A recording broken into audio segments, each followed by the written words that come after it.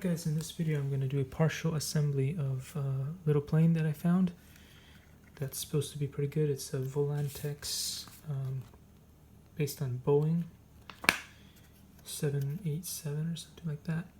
Anyway, first thing is I put 3 AA batteries in here, and then we got a bunch of things. I don't think I'll do a full assembly, so there'll just be some bits and pieces that we'll try to put together. In here you have a bunch of pieces, including the landing gear that will go underneath the plane, I would imagine. And here you have some glue and the servo, well, not really servo, but you know, the electronics that communicates with the receiver. This fun bit right here, the glue. As I mentioned before, you gotta have your motors or you're not going anywhere, and some kind of sticker, probably for the motors in here as well.